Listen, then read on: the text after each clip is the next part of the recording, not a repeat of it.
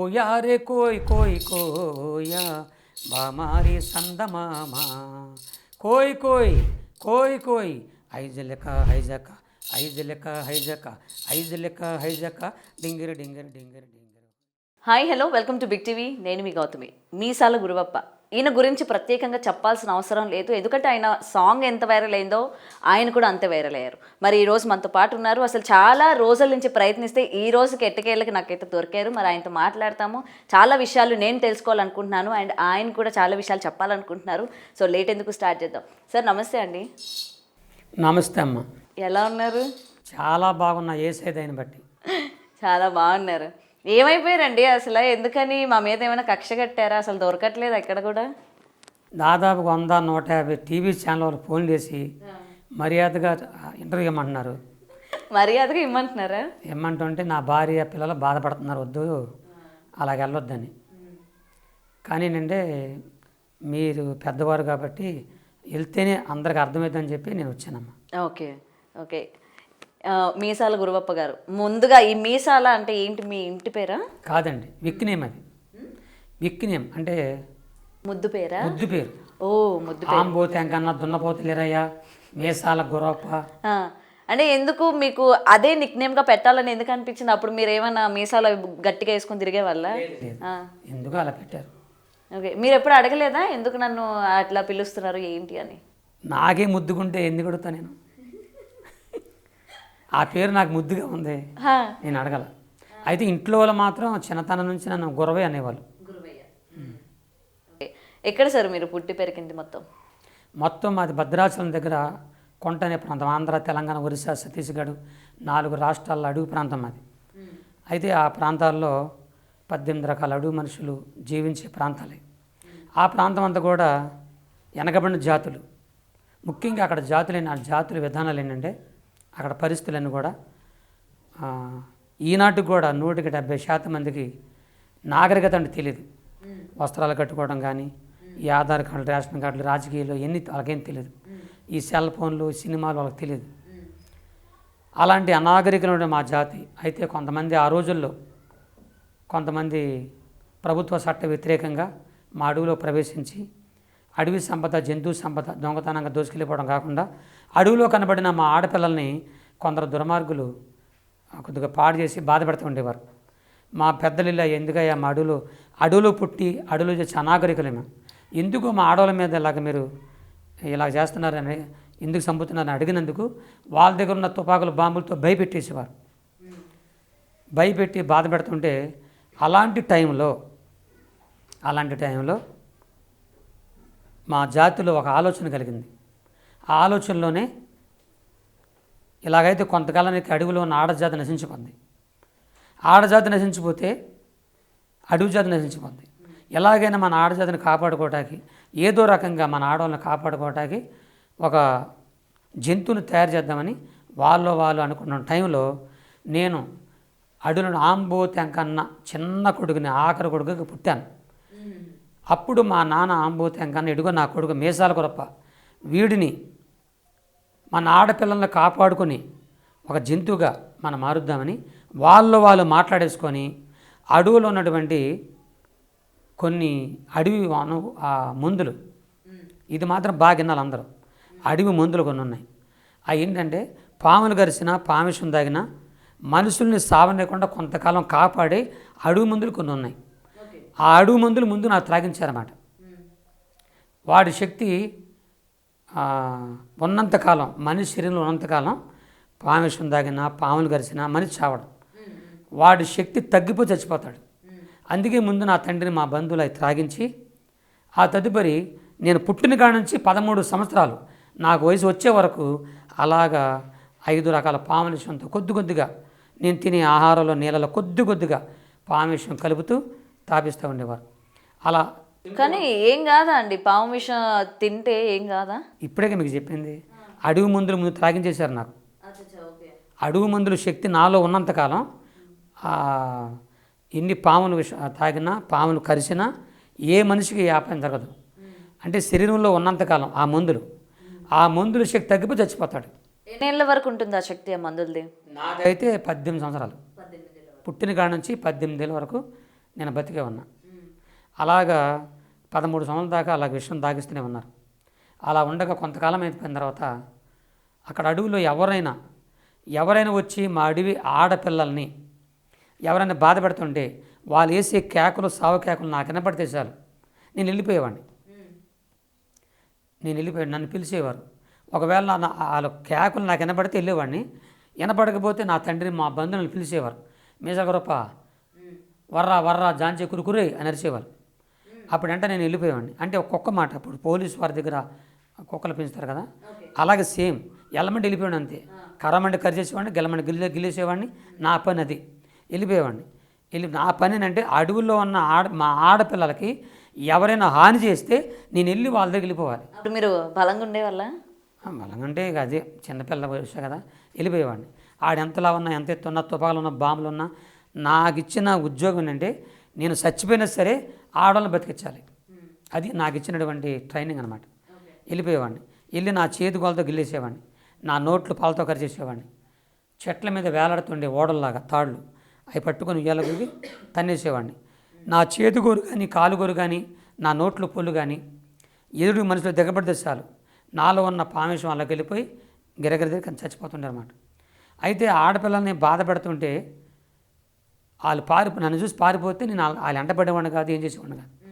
మరీ వదలకుండా ఆ పిల్లల్ని బాధ పెడుతుంటే మాత్రం ఇక నాకు చాలా కోపం వచ్చేసేది అనమాట. అప్పుడే వాళ్ళ దగ్గరికి వెళ్ళిపోయేవాడిని. వెళ్ళి నా చేతికి గిల్లేసేవాడిని అంతే.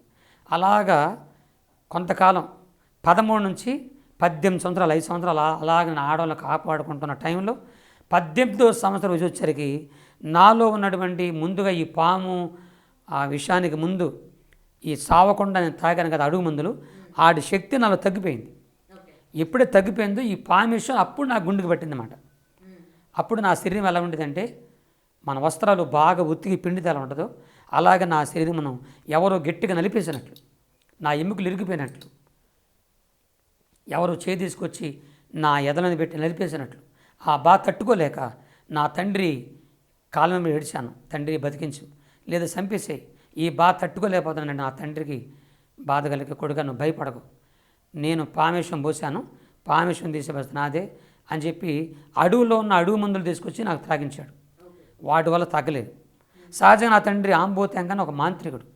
ఆ మంత్రాలు తంత్రాలు కనగళ్ళు, చేతబడులు, కాశ్మీర క్షుద్ర శక్తులు కొన్ని ఉంటాయి. వాటిని నా మీద ప్రయోగం చేశాడు. దెయ్యాలను పిలిచాడు. దెయ్యాల వల్ల కానీ, అడుగు మందుల వల్ల కానీ, మంత్రాల వల్ల నా రోగం తగ్గల. అడవులో నాటు మందులు, ఆయుర్వేదాలు నా రోగం తగ్గల. తెలంగాణలో ఆ రోజుల్లో ఒక మంచి రాజకీయ నాయకుడు ఉండేవారు, నాకు అంత పేరు తెలియదు కానీ మా నాన్నగారికి మంచి పరిచయం. ఆయన ద్వారా నన్ను హైదరాబాదు ఉస్మానియా హాస్పిటల్ తీసుకొచ్చారంట. అక్కడ డాక్టర్లు పరీక్ష చేసి ఈ అబ్బాయి నిలువెల్ల పాము నిండిపోయి ఉన్నాడు, చచ్చిపోతాడు బతకడు అని చెప్పగానే మా నాన్నని తీసుకొని ఇంటికి వెళ్ళిపోయి ఏడిశాడు. నా దగ్గర ఏడిశాడు, కొడుకా గురప్ప నీకు పామేశ్వం పెంచడానికి కారణం అడవుల్లో ఉన్నటువంటి ఆడపిల్లల్ని బతికించడానికి. నిన్ను బట్టి వేల మంది ఆడలు బతికారా, కానీ నువ్వు చచ్చిపోతున్నావు. నీకు పామేశ్వం పోసే నేనే నీ పామేశ్వం తెద్దామనుకున్నా, కానీ నాకు కుదరట్లేదు. నువ్వు చచ్చిపోతావు, నువ్వు ఎలాగో చచ్చిపోతున్నావు కాబట్టి నువ్వు చనిపోయే ముందు నీకు ఒక మాట చెప్పాలనుకుంటున్నా. ఏమన్నాడు, ఏంటి చెప్పండి నాన్న. ఏం లేదు నాయన, నువ్వు పుట్టక ముందు మీ అమ్మ కడుపులో ఉన్నప్పుడు మీ అమ్మ ఒక దేవుడు నమ్ముకుంది, ఆయన ఎవరో మాకు తెలియదు. మన కులాచార ప్రకారంగా పరాయ దేవుడు నమ్ముకుంటే చంపేస్తాం, బతకనేమో. కాబట్టి మీ అమ్మని నేనే స్వయంగా బాధ పెట్టి ఎందుకు నమ్ముకున్నామని కొట్టాను. నా దెబ్బలకే మీ అమ్మ చనిపోయింది. మీ అమ్మ చచ్చిపోయే ముందు, మీ అమ్మ చనిపోతున్న టైంలో నువ్వు ఇంకొక 5 నిమిషాల ముందు నువ్వు పుట్టావు. నెత్తురు గుడ్డుకున్న నిన్ను, పసిగుడ్డుకున్న నిన్ను నీ తల్లి తన చేతులతో పట్టుకొని తన ఒళ్ళో పెట్టుకొని నీ గురించి తన దేవుడికి ఏదో చెప్పడం నా కల్లార విన్నా, చెవులార విన్నా. కొడుకు ఇప్పుడు నేను చెప్పేది ఏంటంటే మీ అమ్మ చనిపోతే సరిపోయింది, కానీ నీ కన్న తల్లి ఆరాధించిన, పూజించిన ఆ దేవుడు ఖచ్చితంగా నేను బతికిస్తాడు అని నాకు చెప్పాడు. అప్పుడు నాకు ఒక బాధ కలిగింది. అదేమనండి, ఒక దేవుడు నమ్ముకుంటే మా అమ్మని చంపేశారా? ఒక దేవుడి కోసం కూడా మా అమ్మ చచ్చిపోవడం సిద్ధపడిపోయిందా? మా అమ్మ దేవుడి కోసం చచ్చిపోయిందంటే ఆ దేవుడు అంత గొప్ప దేవుడు. అయితే నా తల్లి దేవుడే నన్ను కాపాడతాడు, ఆయన ఎవరో తెలుసుకుందామని చెప్పి కొద్దిగా నాకు బాధ కలిగి నాకు చాలా ఏడ్చుకుంటా చెట్టు ఎక్కిపోయాను. చెట్టు అలాగ ఎక్కిపోతుంటే ఆ చెట్టు శటారకం వెళ్ళిపోయాను. వెళ్ళి ఆకాశంగా చూస్తూ నాకు వచ్చిన మాటలు, నాకు క్రైస్తవుని కాదు, నా తండ్రి క్రైస్తవు, మా తాతలు క్రైస్తవులు కాదు, నాకు ప్రార్థన కూడా చేత కాదు, నాకు వచ్చిన మాటలు ఏడుస్తున్నాను చెట్టెక్కి పైన చూస్తూ, తల్లి నన్ను కన్న తల్లి, ఆరాధించి పూజించిన దేవుడా నన్ను కాపాడు, నన్ను బతికించు అని ఏడుస్తున్నా. ఆంధ్ర, తెలంగాణ, ఒరిస్సా, ఛత్తీస్గఢ్ 4 రాష్ట్రాల అడవిలో, క్రూరమైన ఆ జంతువుల మధ్య, భయంకర అడవిలో, నిలువెల్ల నడినెత్తి నుంచి అరికాల దాకా నిలువెల్ల పామిషంతో రోగునై అడవిలో చచ్చిపోతున్న నన్ను పరలోకమందున్న దేవుడు చూశాడు. మనుషులుగా నా దగ్గరికి ఎవరు రారు. నా దగ్గరికి పాస్టర్ గారులు కానీ మీలాంటి వాళ్ళకి వచ్చి నాకు మేలు చేసే వాళ్ళు ఎవరు లేరు. ఎందుకంటే నా చుట్టూ జంతువులు ఉంటాయి, పులులు, సింహాలు, క్రూర మృగాలు. నా దగ్గరికి రావాలంటే ఆడిని దాటుకొని రావాలి. ఎవరు రారు. మనుషులు చూడని పట్టించుకొనని అలాంటి క్రూరమైన జంతువు నేను. అయితే నన్ను భగవంతుడు చూశాడు. మనుషులు రాలేరని తెలుసుకున్న దేవుడు, సాక్షాత్తుగా పరలోకమందున్న దేవుడు, పరలోకమందున్న దేవదూతని, నేను ఏ చెట్టు మీద ఉన్నానో నా చెట్టుకి 10 అడుగుల ఎత్తు దూరంలో ఒక తెల్లని వస్త్రాలతో ఒక దేవదూతలాగా అక్కడ దిగి నాకెళ్ళి చూస్తున్నారు. నేను అలాగే చూస్తున్నాను. అయితే గాల్లో నిలబడ్డారు ఆ మనిషి. ఏ మనిషి కూడా గాల్లో నిలబడరు. నేను అలా చూస్తున్నాను. మనిషి కాదు నాకు అర్థమైపోయింది. అలా చూస్తున్నా. ఆ దేవుని దూత నాకెళ్ళి చూస్తూ నాకు అర్థమయ్యే భాషలో నాతో మాట్లాడుతున్నారు. చికమిగడ మెసలు గొరప వాతిని జలతం గురు జలపన కాసుకొని జలపన దేహం ఏసు నిలదేకమే జే నిలదేహం. ప్రపంచంలో నీ రోగాన్ని బాగు చేసి ఒక మనిషిగా చేయగలిగిన వాడు ఒకే ఒకడున్నాడు. ఆయన ఎవరో కాదు, నీ కన్న తల్లి ఆరాధించి పూజించిన ఆ దేవుని పేరే యేసుక్రీస్తు ప్రభుని. యేసుక్రీస్తు ప్రభు అనే మాట స్పష్టంగా నాకు వినబడుతుంది. నేను అలాగే చూస్తున్నాను. బాగా ఏడుస్తూ ఉన్నాను. 15 రాత్రులు 15 పగలు దేవుని దూత నా పక్కనే ఉండి నాతో నుండి అడవిలో తిరుగుతూ యేసు ప్రభుకి చరిత్ర అంతా నాకు చెప్తున్నారు. నాకు ఇప్పుడు తెలియదు కదా. అయితే అడవిలో దేవుని దూత నేను నడుస్తూ ఉన్నాను. నడుస్తుండగా నేనేం అడవిలో నడుస్తున్నాను, నా కాళ్ళు భూమి మీద ఆంతా ఉన్నాయి. కానీ దేవదూత కాళ్ళు కనిపించట్లే నాకు, గాల్లో తేలుతున్నారన్నమాట. నాకు అర్థమైపోయింది మనిషి కాదు, దేవుడు పంపించిన దేవదూత అని. 1984 సంవత్సరంలో గుంటూరు అనే పట్టణంలో యేసు ప్రభు సభలు జరుగుతూ ఉన్నాయి. అక్కడికి శాంతవర్ధన్ రావు గారు, ఆ లోకల్ పాస్టర్ గారు, డిజిఎస్ దినకరన్ గారు, చెన్నైనున్న మద్రాసులో ఉన్న అయ్యగారిని పిలిపించారు. అక్కడ లక్షల మంది జనం వచ్చారు ఆ సభలకి. దేవునితో ఇప్పుడు ఈ గుంటూరుకి నేనున్న అడవికి కొన్ని వందల కిలోమీటర్ల దూరం ఉంది. ఆ దేవుని దూత నా చేపట్టుకున్నారు. నేను ఆ సభలకి ట్రైన్లో వచ్చానో బస్సులో వచ్చానో ఏ వాహనం మీద వచ్చానో నాకు గుర్తులేదు. దేవుని దూత అలా చేపట్టుకున్నారు. నేను పట్టుకున్నాను, కళ్ళు మూసుకున్నాను. కళ్ళు తెరిసరికి ఆ సభలో ఉన్నాను. అందుకనే మా దేవుడి పేరేనంటే ఆశ్చర్యకరుడు. యేసుక్రీస్తు ప్రభు పేరే ఆశ్చర్యకరుడు అన్నమాట. ఇది మొత్తం కూడా ఏ సంవత్సరంలో జరిగింది? ఇయర్ ఏమైనా గుర్తుందా? 84 అవతల అనమాట, అవతల. అయితే నేను అప్పుడు 84 నేను ఆ సభలోకి వచ్చాను. ఆ సభలో ఉన్నాను. లక్షల మంది ఆ సభలో ఉన్నారు. అది క్రిస్టియన్ మీటింగ్ అని కానీ ఇంకోటి నాకు తెలియదు. కానీ నాకున్న ఆ దేవునితో చెప్పిన వాక్యాలన్నీ, అంటే ఆ వాక్యాలు, ఆ మాటలు, ప్రభు గురించి చెప్పడం అన్నీ నాకు మనసులో ఉండిపోయింది. నేను అలాగా సభల్లోకి వెళ్ళాను. అందరు నిలబడి చేతుల పైకెత్తి ప్రభుని ఆరాధిస్తున్నారు. నేను కూడా చేతుల పైకెత్తి ఆరాధిస్తున్నాను. ఆరాధిస్తూ నాకు తెలియని మాటల మాట నేను అలాగే చూస్తున్నాను. ప్రార్థన అంటే కళ్ళు మూసుకోవడం కూడా నా చేత కాదు. కళ్ళు తెరిచి చూస్తున్నాను ఆకాశం వెళ్ళి. చూస్తూ ఏడుస్తూ ఒక మాట అంటున్నా నాలో నుంచి, దేవుడా యేసయ్యా, నా వద్దకు వచ్చిన వారిని ఎంత మాత్రం బయటకు త్రోసని చెప్పవండా, నీ వద్దకు వచ్చాను, నన్ను కాపాడు, నేను చచ్చిపోతున్నాను, నా రోగమే నన్ను చంపేస్తుంది, చచ్చే నన్ను బతికించు, సచ్చేదాకా నీ సేవ చేస్తానని దేవునికి మొక్కబడి చేసుకున్నాను. అలా మొక్కబడి చేసుకుని అలా చూస్తుండగానే ఆకాశంలో నుంచి ఒక తెల్లని వెలుగు, ఇప్పుడు ఈ లైటింగ్ కంటే 100 రెట్లుగా నేను చూడలేని కాంతి అన్నమాట. అంత కాంతితో ఒక వెలుగు నాకు కనబడుతుంది. ఆ వెలుగులో నుండి దగ మెరుస్తున్న ఇంకా వెలుగు కలిగినటువంటి యేసు ప్రభు చేయి, ఒక దేవుని చేయి అలా కనపడుతుంది నాకు. ఆ చేతి మధ్యలో నుంచి రక్తం కనబడుతుంది. ఆ రక్తము నా మీదకి వచ్చేసినట్లుగా నేను గ్రహిస్తూ ఉన్నా. కొద్ది నిమిషాల్లో కింద పడిపోయాను. కింద పడిపోయిన తర్వాత నాకు తెలియకుండానే వాంతుల రూపంగా నేను కక్కేస్తున్నాను. కొంతసేపు అయిపోయిన తర్వాత నేను లెగిసాను. నాకంతా చాలా నీరసంగాను, లేకుంటే నా బాధండి ముందుగా అక్కడున్న పాస్టర్ గారులకి, అక్కడున్న విశ్వాసాలు చెప్పుకున్నా. దేవుడు ఏదో గొప్ప కార్యం చేశాడని. వాళ్ళు ఏం చేశారంటే కుక్క, పిల్లి, కోడి, పంది 4 జంతువులను తీసుకొచ్చి అక్కడ పెట్టారు, కట్టేశారు. వాటిని గిల్లి కరిచేయమన్నారు. అంటే అవి బతుకుంటే విషము లేనట్టు, చచ్చిపోతున్నట్టని పరీక్ష పెట్టారు. వెళ్ళాను, వాటిని గిల్లాను, కరిశాను, అవి బతికే ఉన్నాయి. వాళ్ళు సంతోషపడ్డారు.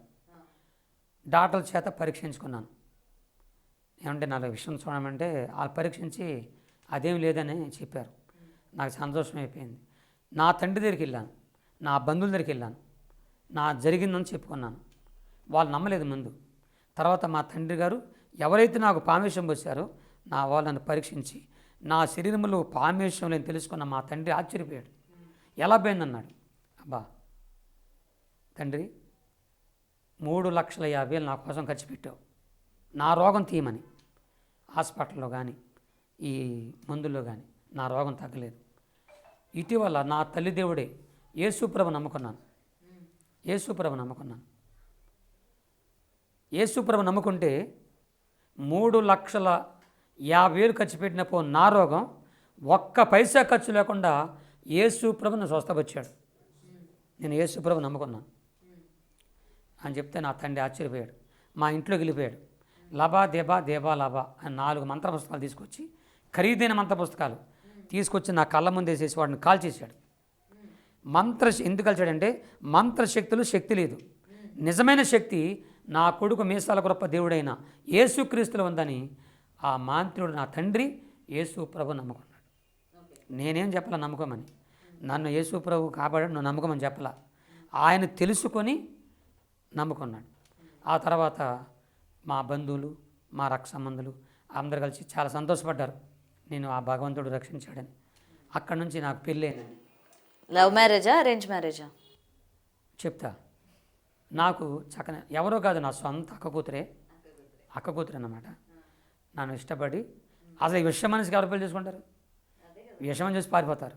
దేవుడే ఆ మనసులో కలిగించి నాకు ఇష్టపడేలాగా ఆయన చేశాడు. చక్కగా వివాహం చేసుకున్నాను. చక్కని భార్యను దేవుడు నాకు ఇచ్చాడు. 3 పిల్లల్ని ఇచ్చాడు. ఈ విషయం మనిషికి, ఈ దౌర్భాగ్యుడికి, దిక్కు మొక్కలేని గతి లేని అడవిలో పుట్టి భయంకరమైన విషయంతో చనిపోవాల్సిన నన్ను యేసయ్య నన్ను స్వస్థపరిచి ఆరోగ్యం ఇచ్చి భార్యనిచ్చి 3 పిల్లల్ని ఇచ్చాడు. 2 పాపలు, 1 బాబు. అయితే బాబు చిన్నతనంలోనే కొద్దిగా పరిస్థితులు బాగలేక చనిపోయాడు. 2 కూతురికి పెళ్ళిళ్ళు అయిపోయింది. పెద్ద కూతురు పేరు సువార్తరాని, పెద్దలుడి పేరు సువార్తరాజు. వాళ్ళిద్దరూ గుడివాడ పట్టణంలో యేసు ప్రభు సేవ చేసుకుంటున్నారు. వాళ్ళిద్దరికి 1 బాబు, పాప.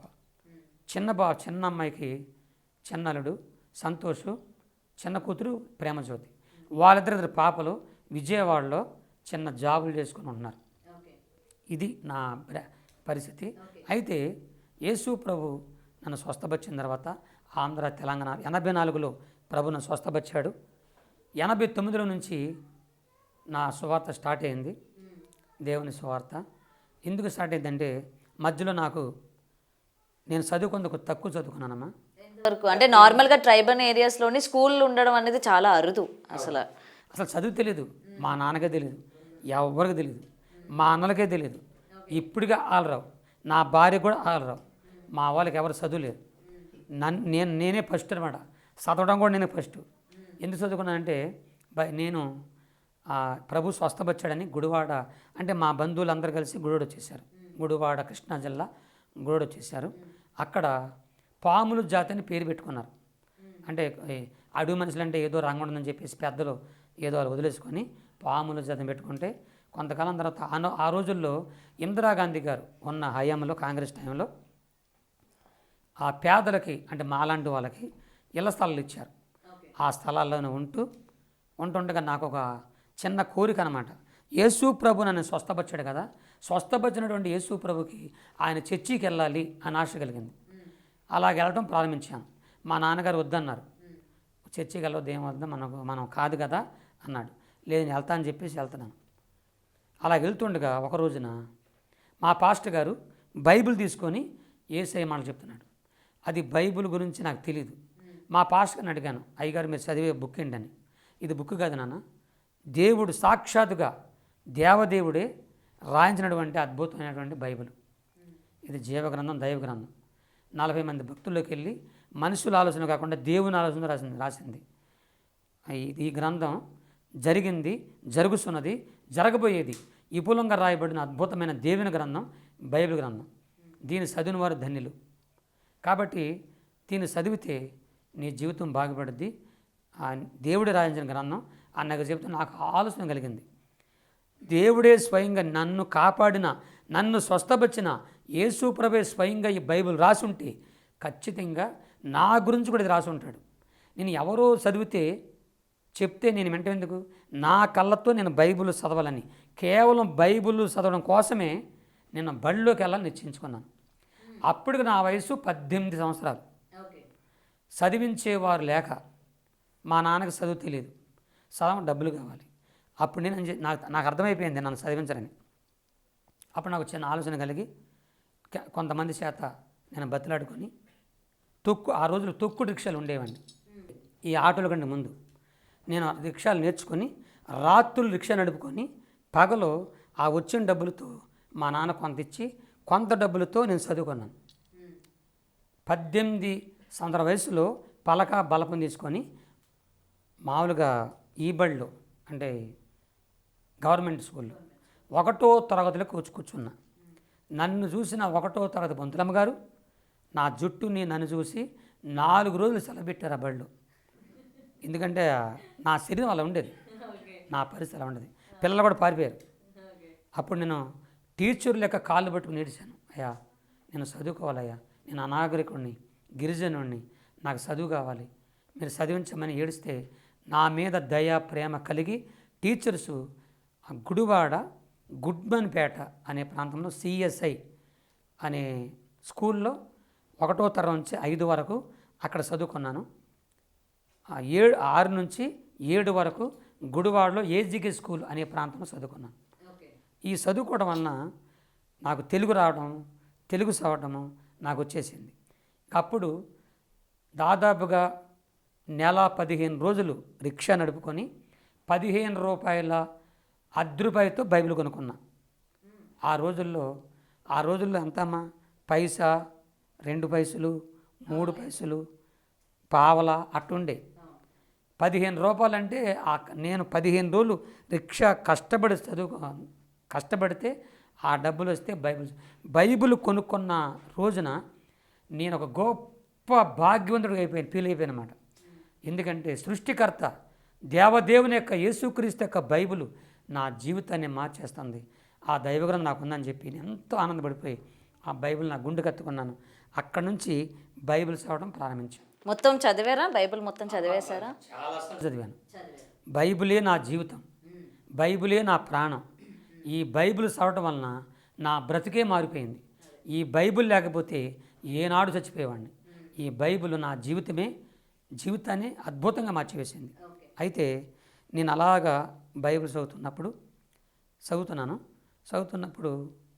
నా జీవితంలో జరిగిన సంఘటనలు ఏంటంటే 7వ తరగతి చదువుతున్నాను. అప్పుడు కొంతమంది నా పక్కన స్టూడెంట్ వాళ్ళేం చేశారు, క్లాస్మేట్ వాళ్ళేం చేశారంటే, గొరయ్య నువ్వు ST వాడు కాబట్టి నేను గవర్నమెంట్ జాబ్ ఇస్తారా అని చెప్తే అప్పుడు నేను ఆశపడి గవర్నమెంట్ జాబ్ అప్లై చేసుకున్నాను. స్టేట్ బ్యాంకులో నాకు అటెండర్ పోస్ట్ వచ్చింది 7వ తరగతికే. వాళ్ళేం చెప్పారంటే సంవత్సరం నమ్మకంగా చేస్తే పర్మనెంట్ చేస్తామన్నారు. నేను అలాగ చేస్తున్నప్పుడు దేవుడు కొంతమంది దైవజనుల చేత అలాగే బైబిల్ రూపంగా అలాగే నేను నా మనస్సాక్షిగా చచ్చిపోయే నన్ను ప్రభువా నా బతికించు, నేను చచ్చిపోయేదాకా నీ సేవ చేస్తానని మొక్కుబడి చేసుకున్నా. ఫస్ట్ ప్రభు బతికించాడుగా నన్ను, మరి నేను ఆయన సేవ చేయకుండా ఈ పని చేస్తున్నానని ఆయన సేవ చేయాలిగా అని చెప్పి ఆ ఉద్యోగం మానేసేసి పూర్తిగా సేవకు వచ్చాను. 89 నుంచి నా సేవ స్టార్ట్ అయిపోయింది. ఆంధ్ర, తెలంగాణ, మన భారతదేశంలో ఒక్క జమ్మూ కాశ్మీర్ తప్ప ఇండియా మొత్తం చిన్న పల్లెటూర్లు, పట్టణాలు, నగరాలు, రాష్ట్రాలు, ఆ ప్రకారంగా దేవుడిని నడిపించాడు. నేను కాదు, దేవుడు నడిపించాడు నన్ను. మీరు అలా తిరుగుతూనే ఈ కోయి కోయి పాట ఎక్కడ పాడారు? ఏ ఊర్లో పాడారు? ఈ కోయి కోయి పాట అని దీనికి ఒక చిన్న మాట ఏంటంటే, నా చిన్నతనంలో ఇంకా అప్పుడే కొత్తగా ప్రభు నమ్మకం రోజుల్లో మా నాన్నగారు, మా బంధువులు, అంటే మా అందరు కాదు, కొంతమంది కుల పెద్దలు, అంటే వాళ్ళు మాట్లాడుకుంటూ వినేవాడు నేను. మన భాష అనాగరికన భాష, రాబోయే రోజులు ఇది భాష అంతరించిపోద్ది, కాల గమనంలో కలిసిపోద్ది ఇది. కాబట్టి ఇలాంటి భాషని ఎవరైనా మాట్లాడతారా? మన భాషను ఎవరైనా పైకి తీసుకొస్తారా? అసలు మనం తప్ప ఎవరు మాట్లాడరు దీన్ని అని వాళ్ళు అనుకుంటా బాధపడు. ఏనాటికైనా కాలంలో కలిసిపోద్ది, కనుమరుగైపోద్ది, మాసిపోద్ది ఈ భాష అనుకుంటుంటే నాకు అప్పుడు అనిపించింది, ఏనాటికైనా నా భాషని 10 మంది కనీసం ఆ భాష మొత్తం మాడకపోయినా ఒక్క మాటను అనేలాగా చేయాలి అని నాలోకి వచ్చి, అప్పుడు నేను మా నాన్న కోరిక తీర్చాలని నేను ప్రార్థన చేసుకునేవాడిని. యేసయ్య, ఈ భాషలో నిన్ను గురించి, కేవలం నిన్ను గురించి, నిన్ను స్తుతించుకునేలాగా నేను పాట రాయాలి, అట్టగా నాకు చేయ్యా అని అనుకునేవాడిని. అలాగున్నప్పుడు ఒక రోజున ఆ పొలం గట్లమ్మటి ఇక్కడ చిన్న ఫంక్షన్ జరిగింది మా ప్రాంతంలో. కొంతమంది ఆడపిల్లలు చేతులు పట్టుకొని చిన్న రాగం పాడుతున్నారు. రే రే లా రే రే లా రే లా రే రే లా రే రే లా రే లా రేలా రేలా రే లేలా రేలా రేలా రే లేలా అని వాళ్ళు చిన్న రాగం పాడుతుంటే వెంటనే అదే రాగాన్ని నేను నా ట్యూన్లో చేసుకొని, అప్పుడు పాట రాయడం చేత కదా కానీ నాలో నేనే అనుకుంటూ కోయారే కోయ్ కోయ్ కోయా బామారి సందమామా కోయ్ కోయ్ కోయ్ కోయ్ ఐజలక హైజక ఐజలక హైజక ఐజలక హైజక డింగిరి డింగిరి డింగిరి డింగిరి హోయ్. అంటే ఈ పాట స్టార్టింగ్ కాడ నుంచి ముగింపు వరకు ఈ పాటలో నేను బైబిల్ చదువుకున్నా కదా, ఆ బైబిల్ యొక్క మాటలు పెట్టేశాను అనమాట. ఫిలిప్పీ 4:4లో పరిశుద్ధ గ్రంథం బైబిల్లో ఫిలిప్పీ 4:4 ప్రభునందు ఆనందించుడి, మరలా చెప్తున్న ఆనందించుడి. కీర్తన 100:2 సంతోషముతో యెహోవాను సేవించుడి. ఈ 2 మాటలు కలుపుకొని బాధల్లో, కష్టాల్లో, కన్నీళ్ళ బందలు, మసిరిగాలు, మంకరగాలు, పింగిరిగాలు, జాంజగండ్రో నెట్ల దేకమో జాంజగో యేసు నెట్ల దేకమో, మసిరిగాలు, మంకరగాలు, పింగిరిగాలు, జాంజగండ్రో అంటే మసిరిగాలు, మంకరగాలు, పింగిరిగాలు, భర్తలు, భార్యలు, పిల్లలు, కుటుంబ సభ్యులందరూ కలిసి బాధల్లో, కష్టాల్లో, ఇబ్బందులు ఉంటే మీరు వచ్చి యేసయ్య సన్నిధికి వస్తే యేసయ్య మీకు సంతోషం ఇస్తాడు. దేవుడే సంతోషం ఇస్తాడు. ఏ మనుషుల వల్ల సంతోషం రాదు, కేవలం యేసు ప్రభు వల్లే మీకు సంతోషం ఇస్తాడు. రండి అని అర్థం అన్నమాట. జాంజే గండ్రు అంటే రండి రండి అని అర్థం, అదనమాట. అలాగా ఆ పాట పాడుతుండగా నా పాట పాడుకుంటున్నా.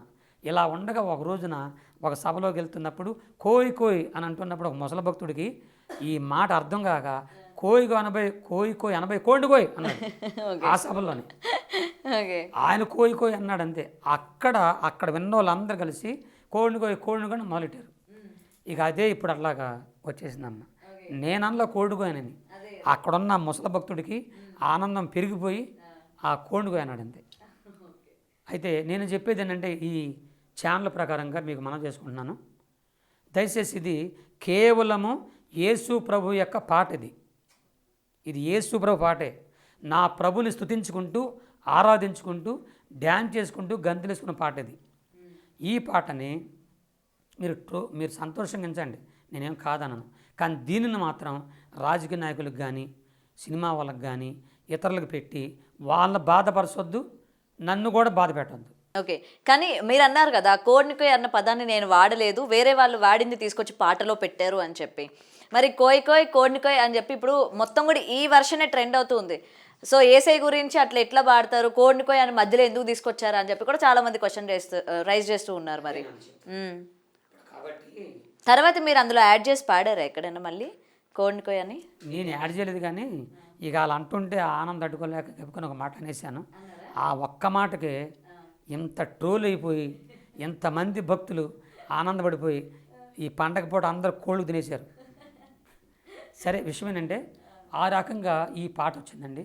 నా కన్న తండ్రి కళని, నా జాతి వారి కళని, అంతరించిపోయి ఈ భాషని పైకి తీసుకొచ్చింది నా యేసయ్య నాతో తీసుకొచ్చాడు.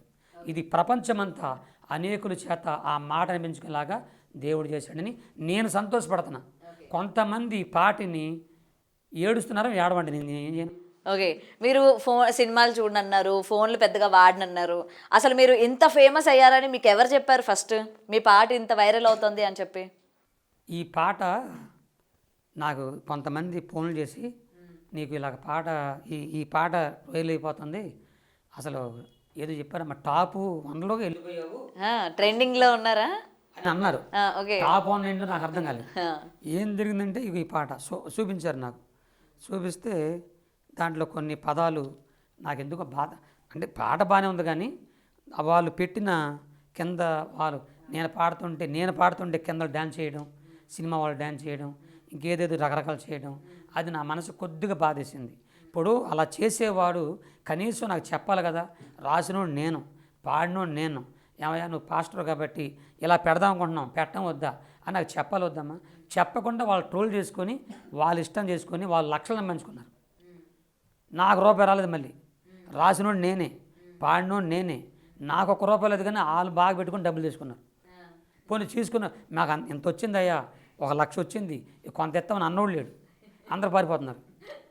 కానీ పాడింది నేను, డబ్బులేం వాళ్ళకి, తిట్లేవు నాకు.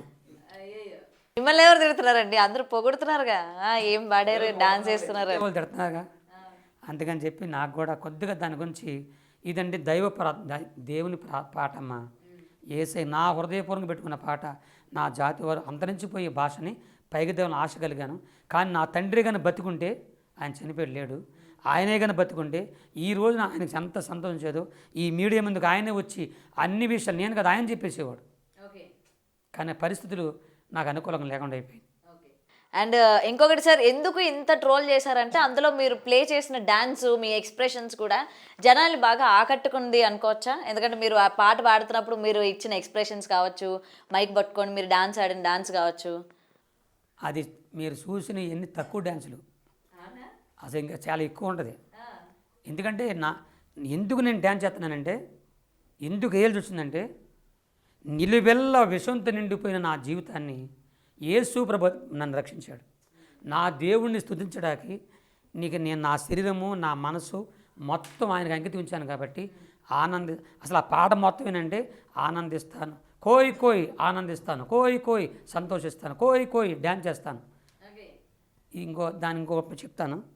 బండి బందూరే భయ బండి బందూరే, గుడిని జమారే భయ భజన జమారే, ఆనందిస్తాను నేను డ్యాన్స్ చేస్తాను, సంతోషిస్తాను నేను గంతులేస్తాను. కారణం యేసయ్య నన్ను స్వస్థపరిచినందుకు, అదనమాట మొత్తానికి అది. కానీ పాపం తెలియక చాలామంది ఆ కుర్రోళ్ళు డ్యాన్స్ చేస్తున్నారు. నాకేంటంటే అయ్యండ్ర చేసుకోండి, నా ప్రభుని శుద్ధిస్తున్నారని చెప్పి ప్రపంచమంతా ప్రభుని శుద్ధిస్తున్నారు.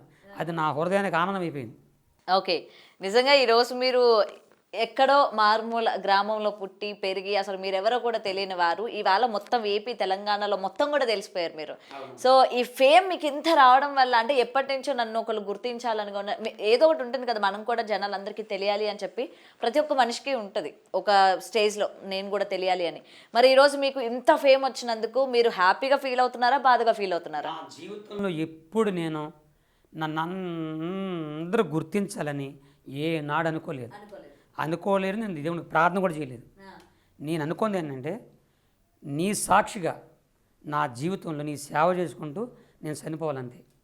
నీ సేవ తప్ప నాకు వేరే పని ఉంది. ఇంకోటి, మీరు అంతరించిపోతుంది అన్న భాష కూడా ఇవాళ మళ్ళీ అందరి నోట పలికించారు కదా. అది మా నాన్నగారు కోరిక కదా, దేవుడు అలా తీసుకొచ్చాడు. ఇప్పుడు నేను మనుషులందరికీ కనపడాలని కానీ ఆశపడలేదు. కానీ ప్రభు నీ సేవలో నేను సాగాలని కోరుకున్నా. నేను అడిగింది ఒక్క మాటే. ప్రభు ఏం చెప్తాడండి బైబిల్లో, అడుగు వాటికంటే ఊహించు వాటికంటే అత్యధికంగా ఇచ్చే దేవుడు. అంటే మనం ఒకటి అడుగుతానంట, ఆయన 10 ఇస్తాడంట. నేను అడిగింది ఏంటి అయ్యా, నీ సేవ చేసుకుంటాను, ఈ భారతదేశ ప్రపంచమంతా నీ సేవకుడుగా నన్ను గుర్తింపు చేయి ప్రభు అని ప్రార్థన చేసుకున్నా. నేను అడిగింది ఒక్క మాట, కానీ దేవుడు చేసింది నా తండ్రి కోరికను నెరవేర్చాడు, నన్నేమో ఎంత పైకి తీసుకొచ్చాడు. ఎస్. అండ్ సార్ మళ్ళీ మీరు ఈవెంట్లు కూడా వెళ్తున్నట్టున్నారుగా, మొత్తం మొన్న సంక్రాంతి పండగకి భీమవరం మొన్న ఊర్లు కూడా వెళ్ళినట్టున్నారు కదా, మిమ్మల్ని చీఫ్ గెస్ట్గా ఇన్వైట్ చేసినట్టున్నారు. చీఫ్ గెస్ట్ అంటే అది ఈవెంట్ అంటే కాదమ్మా, అదేంటంటే టోర్నమెంట్ జరిగింది, విజయవాడలో జరిగింది. అది విజయవాడ రామవరపాడులో మన యార్లగడ్డ గారు అక్కడ ఏర్పాటు చేశారు, ఎమ్మెల్యే గారి ద్వారా జరిగింది. అక్కడ వెంకటరావు గారు, యార్లగడ్డ వెంకటరావు గారు అని ఎమ్మెల్యే గారి తరఫున పిల్లలందరూ అవి వేసుకుంటే అక్కడ ఉన్న కొందరు పిల్లలు, నేను అక్కడ ఉంటాను కాబట్టి నన్ను గుర్తుపెట్టి, సార్ మీరు వచ్చి కొద్దిగా రండి, ఎమ్మెల్యే గారు వచ్చారు అన్నారు. వస్తే ఎమ్మెల్యే గారు అందరూ అక్కడ కూర్చున్న వాళ్ళందరూ చాలా పెద్ద పెద్ద గెస్టులు వచ్చారు. సార్ పాడమన్నారు.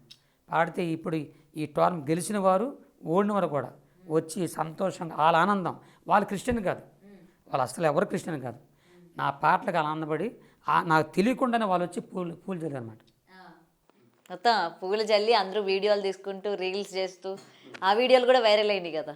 అది చూడలేదమ్మా. చూడలేదా మీరు?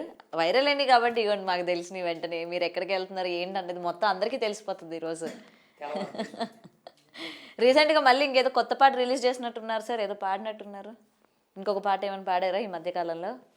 తెలుగులో ఏం పాడలేదమ్మా, ఇదే ఈ పాటనే, ఈ ఒక్క పాటనే మన పలసరుబాయికు రమణ గారి ద్వారా వారే రికార్డింగ్ చేసి పాడించారు.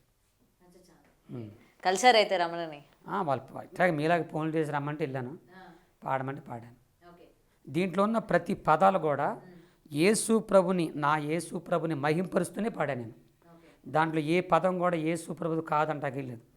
కానీ ఒక మసిరిగాలు మంకరగాలు అనేది మనుషుల్ని రండి, దేవుడి దగ్గర రండి, దేవుడు మీ కష్టాలు తీరుస్తాడు, దుఃఖముతో ఉన్నవారిని సంతోషింపజేస్తానని చెప్పి దేవుడు అన్నాడు. యోహాను సువార్తలో మీ దుఃఖమును సంతోషంగా మారుస్తాను, నా దగ్గర రమ్మన్నాడు. ఆ విషయం అంటది. సో మీరు ఇంత ట్రోల్ అయ్యారు, ఇంతమంది ఎంజాయ్ చేస్తున్న టైంలోని ఒక్కసారిగా మీ మీద ఎలిగేషన్స్ కూడా రావడం జరిగాయి. ఒక వ్యక్తి బయటకు వచ్చి అసలు అతను మంచోడే కాదు, కామాంధులు ఆడపిల్లల్ని అసలు మంచి దృష్టితో కూడా చూడడు అని చెప్పి ఒక వ్యక్తి బయటికి వీడియో చేయడం కూడా జరిగింది. ఏం చెప్తారు మరి దీని గురించి? చాలా చక్కని ప్రశ్న వేశారమ్మా, మంచి ప్రశ్న వేశారు. దీనికి నేను చెప్పేది ఏంటంటే 5 సంవత్సరాల క్రితం నేను ఒక సభలో ఉన్నా, వరంగల్లోనూ ఎక్కడో కానీ ఒక సభలో ఉన్నా, ఆ ఊరంత గుర్తులేదు నాకు. ఒక వ్యక్తి నా దగ్గరికి వచ్చి నాకు చెప్పాడు, అయ్యా నీవు చాలా ఫేమస్ అవుతున్నావు, అంటే మీటింగ్ల వల్ల, ఈ సభలో వల్ల చాలా ఫేమస్ అవుతున్నావు కాబట్టి ఇక్కడ ఒక ఆయన ఉన్నాడు హైదరాబాద్లో, నీల్ రాజు అని ఆయన ఉన్నాడు, ఆయన నీ సాక్ష్యం విన్నాడు కాబట్టి నీ గురించి మంచిగా చెప్పాలనుకుంటున్నాడు. ఇది ఆయనకు ఒక యూట్యూబ్ ఛానల్ ఉంది, మంచిగా చెప్పాలనుకుంటున్నాడు, మంచిగా చెప్తాడంట. ఒక 3 లక్షలు ఇమ్మన్నాడు, 3 లక్షలు ఇస్తే నీ గురించి మంచి చెప్తాడంట. నువ్వు కానీ డబ్బులు ఇవ్వకపోతే నీ గురించి చెడు చెప్తాడంట. ఆయన చేసి నిన్నే కాదు చాలామందికి చెప్పాడు అలాగా. ఆయన అంటే చాలా హడలు, పాస్టర్లే భయపడిపోతారు ఆయన అంతే. నీల్ రాజు అంటేనే భయపడిపోతారు. అది ఈ వీడియోలు పెడతాడంట, వీడియోలు పెట్టేసి అందరిని భయపెడేస్తాడంట. నాకు అంతమంది ఆయన అసలు ఎవరో కూడా తెలియదు, నాకు ఆయన ఎవరో, ఎక్కడ పుట్టాడో, ఎవరు పుట్టాడో నాకు తెలియదు. నేను అన్నానండి, పేదవాడు నేను, ఇలాగ మీటింగ్లకు వచ్చి దేవుడు నాకు ఇచ్చి తిని బతికేవాడిని, నేను అంత డబ్బులు ఇవ్వలేనండి, నా వల్ల కాదన్నా. అయితే నీ గురించి చెడుగు పెడతాడు అన్నాడు. సరే చేసుకునేమండి, నా దేవుడు నా పక్షాన ఉన్నాడు. కాదండి ఆయన పక్కన పోలీసు వారు ఉన్నారు, ఇదేంటి రాజకీయ నాయకులు ఉన్నారంట, ఆయన పక్కన చాలామంది పెద్దలు ఉన్నారు కాబట్టి మిమ్మల్ని సేవలోకి రానియకుండా, అసలు సేవ చేయనీయకుండా మిమ్మల్ని తొక్కేస్తాడంట అని ఎన్నెన్నో చెప్పి వచ్చారు. ఏమని చేసుకోమను, నేను మాత్రం ₹1 ఇవ్వను, ఏమని చేసుకోమని చెప్పాను. అయితే ఆయన చేసే తెలుగుగల పని అయితే కొంతమంది ఫోన్ల ద్వారా కూడా చెప్పారు. ఆ ఫోన్ రికార్డు కూడా ఉంది, అది మా పెద్దలకి నేను చూపిస్తాను, నాకంటూ మా గురువులు ఉన్నారు, వారి తర్వాత నేను చెప్పుకుంటాను. అయితే ఫోన్ల ద్వారా రికార్డింగ్ చేసి ఈయన ఫోన్లో మాట్లాడాడు. ఇట్లా ఆయనకు ఒక బ్యాచ్ ఉందన్నమాట, వాళ్ళు మాట్లాడతారన్నమాట. ఎందుకు ఫోన్లో మాట్లాడితే రికార్డింగ్ చేస్తాం కదా అని చెప్పి, సరే నేను మీరు చేసుకోమన్నా. అప్పటికే 2-3 వీడియోలు నాకు పెట్టేశాడు, చెడుగాని పెట్టాడు, చాలా చెడుగా పెట్టాడు. అవి నా బంధువులు చూశారు, నా భార్య పిల్లలు ఏడిశారు. ఇదేంటి ఇలాగా, ఆయన అసలు ఎవరో, మన కులస్తుడా, మనకేమైనా పుట్టినవాడా, మన కులస్తుడు కాదు కదా. ఇప్పుడు మా బైబిల్లో ఒక మాట ఉందండి. ఇప్పుడు దయచేసి దైవజనుల ఇంట్లో ఉన్నటువంటి దైవజనులారా, గొప్ప సేవకులారా, ఆంధ్ర తెలంగాణ భారత తిరిగినవాడు నేను 40 సంవత్సరాలు. మత్తయి సువార్త 18 అధ్యాయము 15 నుంచి 17 వరకు క్రైస్తత్వంలో దేవుని పిల్లల్లో వాళ్ళు పాస్టర్లు కానీ విశ్వాసులు కానీ ఏదైనా తప్పు చేసి ఉంటే, క్రైస్తత్వానికి ఏమన్నా అపకీర్తి తీసుకొస్తుంటే అలాంటి వాళ్ళని ఫస్ట్గా వెళ్ళి వ్యక్తిగతంగా వెళ్ళి ఆయన గద్దించాలి. ఆ విషయాలు చెప్పి సహోదరుడా ఇలా చేయొద్దు అని గద్దించాలి వ్యక్తిగతంగా. ఒకవేళ వినకపోతే 2-3 సాక్షుల్ని పెద్దలను తీసుకెళ్ళి గద్దించాలి. అప్పుడు వినకపోతే సంఘం ముందు అంటే మా పాస్టర్ ఫెలోషిప్ ముందు కానీ పెద్దలను నిలబెట్టి గద్దించాలి. అప్పుడు వినకపోతే అప్పుడు యూట్యూబుల్లోనో ఇంకో ట్యూబుల్లోనో సినిమాలోనో వాళ్ళ గురించి చెప్పి ఎలివేసేయాలి, క్రైస్తవులు ఎలివేసేయాలి అని చెప్పారు అని బైబిల్లో ఉంది. మీరు నన్ను విమర్శించిన వాళ్ళలో నేను అడుగుతున్నా, నేను ఈ మన బిగ్ టీవీ ద్వారా నన్ను విమర్శించే వాళ్ళు ఏనాడైనా ఎప్పుడైనా మీరు నా దగ్గరికి వచ్చి వ్యక్తిగతంగా నువ్వు ఇలా చేస్తున్నావు, ఈ పాట పాడుతున్నావు, ఈ సాక్ష్యం చెప్తున్నావు, అసలు నువ్వు ఎవరో ఏంటి అని ఎప్పుడన్నా అడిగారా? మీ ఊర్లో వచ్చాను, మీ జిల్లాలకు వచ్చాను, మీ మండలాలకు వచ్చాను, మీ ప్రాంతాలకు వచ్చాను, మీ దగ్గరికి వచ్చాను నేను. నన్ను అడిగారు మీరు? నన్ను అడగల. డైరెక్టర్కి వచ్చి తేరగా ఉందని చెప్పేసి ఫేస్బుక్లోనూ డబ్బులు వచ్చేస్తాయని చెప్పేసి యూట్యూబ్లో పెట్టేసేస్తే అందరు పెరిగిపోతారు, డబ్బులు వస్తాయని చెప్పేసి అలా చెప్పేసి సరిపోయిందా? ఆ దమ్ము లేదా? ఇప్పుడు నీలరాజు అని ఆయన నాకు ఫోన్ చేశాడండి, చేశాడు. నా భార్య నేను మాట్లాడాం. ఏం చెప్పాడంటే నిన్ను లేపేస్తా, చేసేస్తా, ఇదంటే ఇదే భయపెట్టేస్తా. ఎందుకు ముఖ్యంగా పాస్టర్స్ని ఎందుకు ఆయన టార్గెట్గా పెట్టుకున్నారంటే? డబ్బుల కోసం, కేవలం డబ్బుల కోసం, కేవలం డబ్బుడాడు. నాకు తెలుసు, నేను అనిపించాను, నేను చూశాను. మీకు ఆ 7 మొత్తం నా దగ్గర ఉన్నాయి. అయితే నా భార్య ఏం చెప్పిందంటే, అయ్యా మేము పేదవాళ్ళం, అన్ని జనుల నుంచి దేవుని సేవకు వచ్చాం, ప్రభు చేసుకుంటాం. ఏదన్నా నా భర్త తప్పు చేసి ఉంటే మాట ద్వారా కానీ శుభ ద్వారా కానీ మనుషులైన వాళ్ళు తప్పులు చేస్తారు. ఏదన్నా ఉంటే మా ఇంటికి రా, ఇక్కడ ఉన్న పాస్టర్ని కూర్చుకొని మన పాస్టర్ అసోసియేషన్ ఉంది, కూర్చొని మాట్లాడి నా భర్త తప్పు ఉంటే అప్పటికే నీకు ఒక పూలదండ వేసి నీ కాళ్ళు కడిగి ఒక 50,000 రూపాయలు నీకు ఇస్తాం. నా భార్యని ఇద్దరం చెప్పాం రమ్మని. ఇది చెప్పి 3 సంవత్సరాలు అయింది, ఇంతవరకు అడ్రస్ లేడు. మేము ఆహ్వానించాం, ఫోను చేయలేదు, మా దగ్గర అలా. మళ్ళీ ఇంకో గిడి పెట్టాడు, నన్ను బెదిరిస్తున్నాడు, డబ్బులు ఇవ్వడంట. డబ్బులు ఇస్తే ఆగిపోతాడంట, డబ్బులు అయితే చెప్తే చేస్తూనే వాడంట ఆయన. కాబట్టి అది నాకు తెలిసింది. ఈ లోపల ఆయన వీడియోలు కొన్ని చూశారు. చాలామంది పాస్టర్లు, ఒకళ్ళు కాదు, పాస్టర్లనండి పాస్టర్లనండి మొత్తాన్ని అతను టార్గెటే పాస్టర్ని టార్గెట్ చేశాడు. పెద్ద పెద్ద వాళ్ళండి, చిన్న చిన్నలు కాదు, మహానుభావులు, గొప్ప గొప్ప సేవకు. ఇంకా చాలామంది నన్ను విమర్శించడానికి చెప్తున్నా, మీలో చాలామంది గొప్ప దైవజనుడు, మహాదైవజనుడు ఏసన్న గారిని విమర్శిస్తున్నారు, ఓసన్న మినిస్ట్రీని విమర్శిస్తున్నారు, పెద్ద పెద్ద సేవకుల్ని, మన సతీష్ కుమార్ గారిని, తర్వాత బెల్లంపల్లి ప్రవీణ్ కుమార్ గారిని, పెద్ద పెద్ద వాళ్ళని. వాళ్ళు ఎంత గొప్ప సేవకులు, ఎక్కడి నుంచి ఎక్కడికి వచ్చారు, ఎలాంటి స్థితి నుంచి ఎలా పైకి వచ్చారు అది నాకు తెలుసు. ఎందుకంటే 40 ఏళ్ళకి సేవకుడు కాబట్టి వాళ్ళ స్థితులు, వాళ్ళ పరిస్థితులు ఫస్ట్ నుంచి ఎంత కన్నీరుగా వచ్చారో, ఇప్పుడు ఈ స్థితికి ఎలా వచ్చారో అలా వచ్చారు. కొన్ని వాళ్ళలాగా మీరు సేవ చేయొచ్చు కదా, మాలాగా సేవ చేయొచ్చుగా. నన్ను విమర్శించేవాడు చెప్తున్నా, నేను మీకు చెప్తున్నా, నా సేవలో కానీ, నా సేవ అనుభవంలో కానీ, నా పరిసరలో కానీ, దేవుడు నాకు చేసిన మేలులో కానీ, ఇప్పుడు ఈ రోజున నాకు దేవుడు ఇచ్చిన ఈ ఘనతలో కానీ, కీర్తిలో కానీ నా కాళ్ళు గోరుకుని చాలరా మీరు నన్ను విమర్శించేవాళ్ళు. నా కాళ్ళు గోను చాలరా మీరు. నీతి, న్యాయం, ధర్మం, చట్టం, యేసు క్రీస్తు యొక్క కృప నా పక్షంగా ఉండగా మీలాంటి నీలరాజు లాంటి వాళ్ళు 1,00,000 మంది వచ్చినా, దండు దిగినా నా హృదయం భయపడదు, నేను ధైర్యంగా ఉంటాను, దేవుని చాలా ముందుకెళ్ళిపోతాను.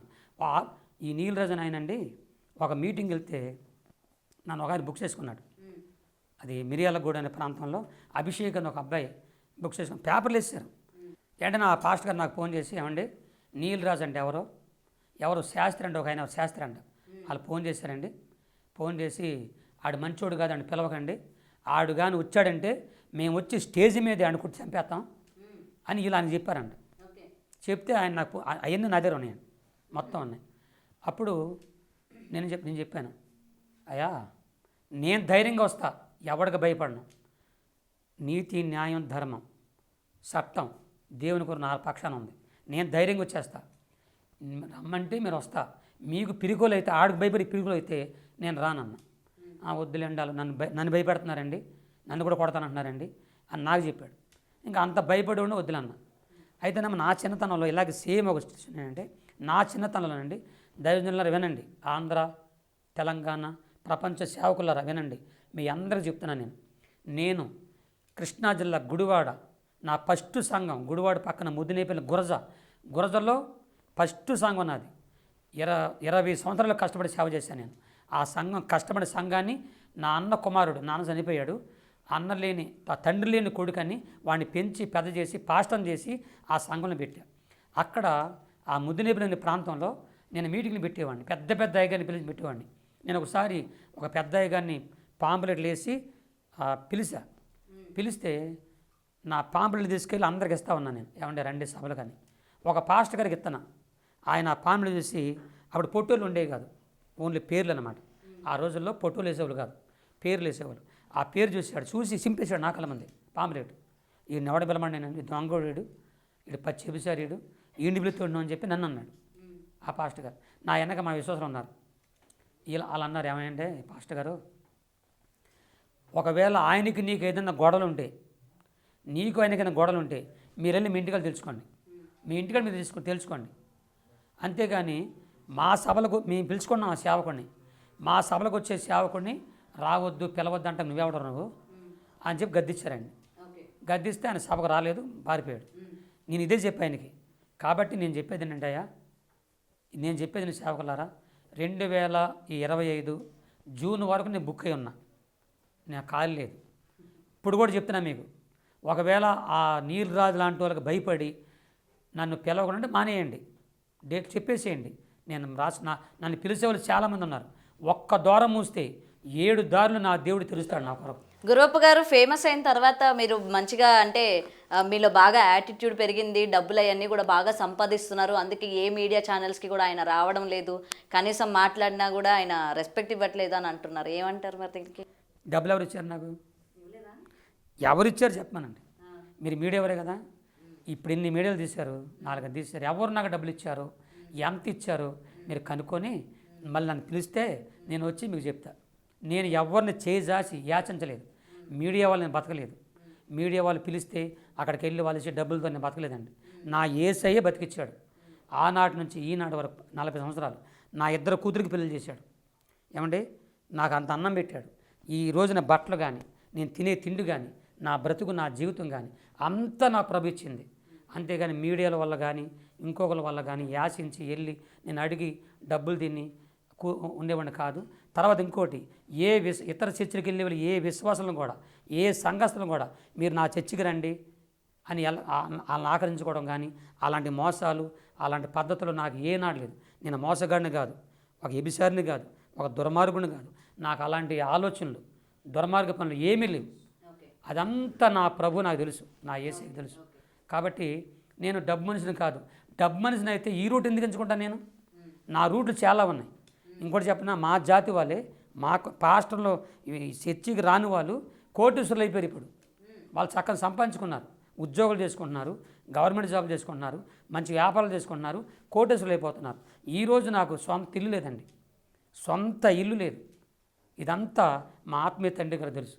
సొంత ఇల్లు లేదు నాకు. గుడివాడలో చిన్న ఇల్లు, పైన చర్చి ఉండేది. గవర్నమెంట్ వారు దాన్ని తీసేశారు, అంటే రోడ్లకి తీసేస్తే వాళ్ళు ఏం చేశారంటే కొంచెం డబ్బులు ఇచ్చారండి. ఆ డబ్బులు తీసుకొని వచ్చి విజయవాడ పక్కన నన్ను చిన్న స్థలం కొనుక్కున్నాను. ఇప్పటికి రెంట్లో ఉంటున్నాను విజయవాడలో. రెంట్లో ఉంటూ అలాగే, లేకపోతే నాకేంటి, నా రెంట్లో ఉన్నది కర్మ నాకేంటి, మోసగాడిని కాదు. ఇంకోటి చెప్పిన, ఏ చర్చ్ ఎవరైనా మీటింగ్లు వేస్తే నేను మీటింగ్ వస్తాను కాబట్టి నాకు ఎంత డబ్బులు ఇవ్వండి అని అన్నోడు కూడా కాదు. ఎవరిని అడగలే నేను వెళ్ళిన తర్వాత నా స్థితి, నా పరిస్థితిని చూసి నన్ను ప్రేమించి వాళ్ళు ఇచ్చే కానుకలే ఈరోజు నన్ను. అండ్ గురవప్ప గారు, ఫైనల్లీ ఒకటి చెప్పండి, ఇవాళ ఇంత ఫేమస్ అయ్యారు, బయటికి వెళ్ళిన తర్వాత మిమ్మల్ని గుర్తుపడుతున్నారు, ఫోటోలు అడుగుతూ ఉన్నారు, ఇస్తున్నారా లేకపోతే నిరాకరిస్తున్నారా? మనస్ఫూర్తిగా ఇస్తున్నా. ఈరోజు నేను హైదరాబాద్ దిగాల వస్తున్నప్పుడు ఒక ముసలమ్మ అసలంగా కళ్ళు కూడా కనిపించట్లేదండి. నేను దిగి వస్తూ గుర్తుపట్టేసింది. పట్టేసి కోయికొయ్య నా దగ్గరికి వచ్చింది. తీసుకొని నా ఫోటో దిగేదా గురుకులేదు.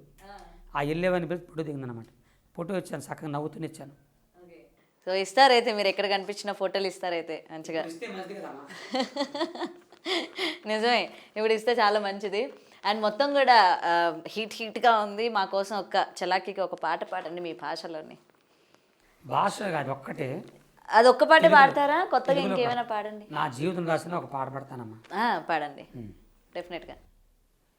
నిలువెల్ల ఘోరపు విషమేనయ్యా, మనిషిగా పుట్టిన సర్పనయ్యా, పాపము కడిగాబులే విషము విరిచాబులే, నన్ను మనిషిగా ఇలా నీవు నిలిపాబులే, క్రీస్తు దాసుగా పేరు పెట్టి పిలిచావులే, ప్రభువా కాచితివి ఇంత కాలం, కాచితివి ఇంతకాలం, చావైన బ్రతుకైన నీ కొరకే దేవా, నీ సాక్షిగా నేను జీవింతునయ్యా, నీ సాక్షిగానే జీవింతునయ్యా. ఇది ఫస్ట్ పాట నా జీవితంలో. 89లో. రెండో పాట ఏంటంటే, నీ చేతిలో యేసు నీ సేవలో నా జీవితం కడతేరని, నా బ్రతుకంతా ప్రభు కోసమే కరిగిపోవాలి క్రోవొత్తిలా, కరిగిపోవాలి క్రోవొత్తిలా, నీ చేతిలో యేసు నీ సేవలో నా జీవితం కడతేరని.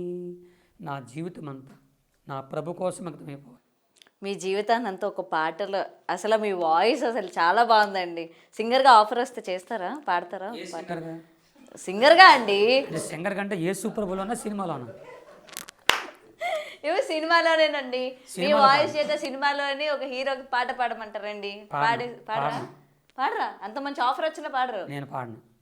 నా గొంతు, నా శరీరము, నా జీవితం, నా బ్రతుకు యేసయ్య కోసమే పాడతాను, యేసయ్య కోసమే మాట్లాడతాను, యేసయ్య కోసం చచ్చిపోతాను. ఇంక ఈ ఒక్క మాటతో ఇంక మీ వరకు ఆఫర్లు వచ్చేవి కూడా వెనక్కి వెళ్ళిపోతాయేమో. ఇంకా చూడండి, అంతే అంటారా? నా దేవుడు నాకు వేరే ద్వారం తెలుస్తాడు. ఓకే, సో ఫైనలీ ఎప్పటి నుంచో మీ గురించి వెయిట్ చేస్తూ చేస్తూ చేస్తూ ఇగోండి ఇప్పటికి దొరికారు మాకు. దీని విషయంలో నన్ను క్షమించాలి మీరు. మన బిగ్ టీ యాజమాన్యం వారు, మా ప్రియ ఆత్మీయ కుమార్తె, నేను అంత పెద్దదాన్ని ఏం కాదులేండి, క్షమించే అంత. కానీ గౌతమి గారికి నేను మనస్ఫూర్తి చెప్పంటున్నా. పాపం గౌతమి గారు అండి, ఏమంటే బిగ్ టీ వారు గౌతమి గారు నన్ను చాలా ఎంబడిచ్చారండి. ఏమనబాకండి, తప్పు నాదే. టైం లేక సమయం లేక నేను ఇవ్వలేకపోయాను. ఈ రోజున ఆమె కోసం దేవుడే నేను ఇక్కడ తీసుకొచ్చాడు. దయచేసి ఇంకోటి చెప్తున్నాను, చిన్న మాట మన టీవీ వారికి. ఇవ్వాల్సిన ఎంటర్ అని ఇచ్చేసాను.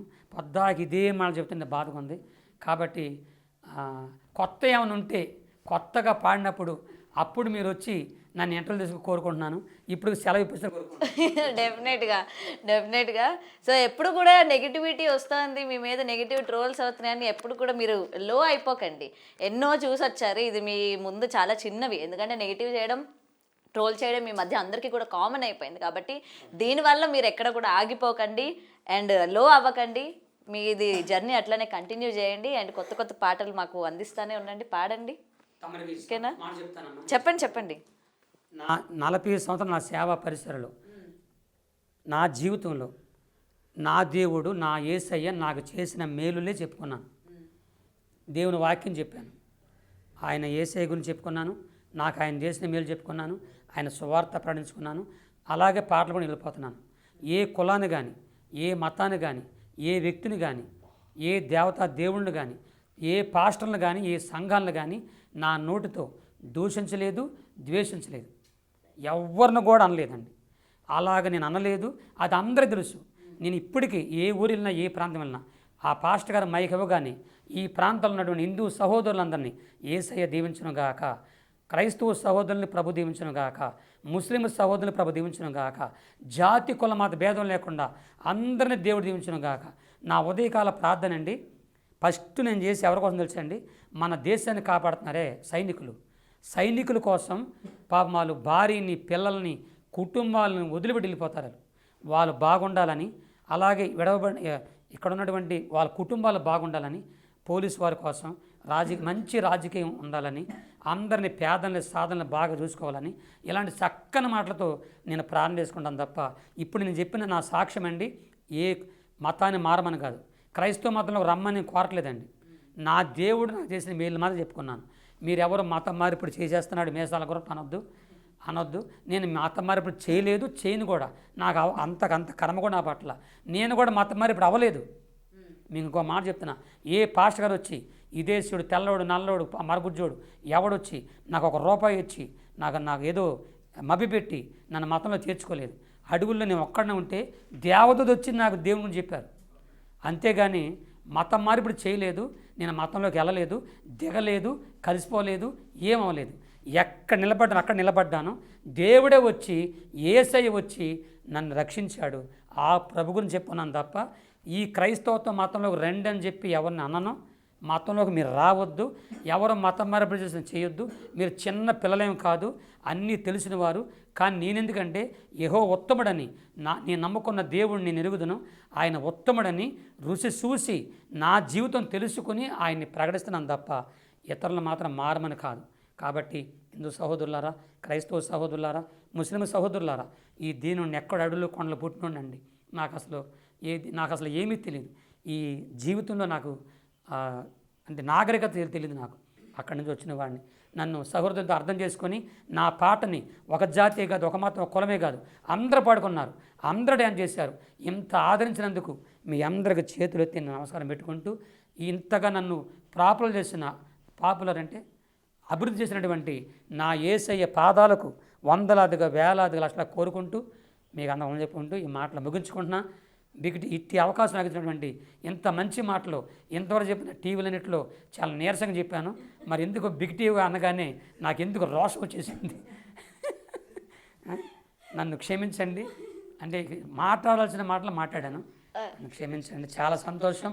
ఇలాంటి అవకాశాలు మళ్ళీ మీరు ద్వారా రావాలని కోరుకుంటూ ఉండాలని తెచ్చుకుంటున్నాను. థ్యాంక్ యూ అండి. Thank you.